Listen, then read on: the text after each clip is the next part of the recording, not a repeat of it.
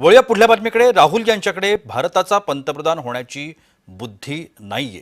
राहुल गांधींना अमेरिकी गायिकेच्या कानपिचक्या पंतप्रधान मोदींच्या भूमिकेला थेट अमेरिकेमधून समर्थन मिळालेलं आहे। या प्रकरणामध्ये नेमकं काय घडलंय पहा।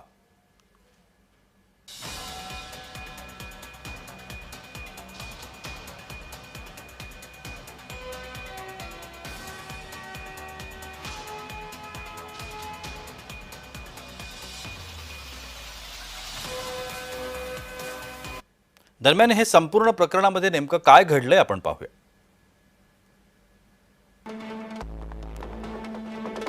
पंतप्रधान नरेंद्र मोदी अमेरिकेचे राष्ट्रपती डोनाल्ड ट्रम्प यांना घाबरतात।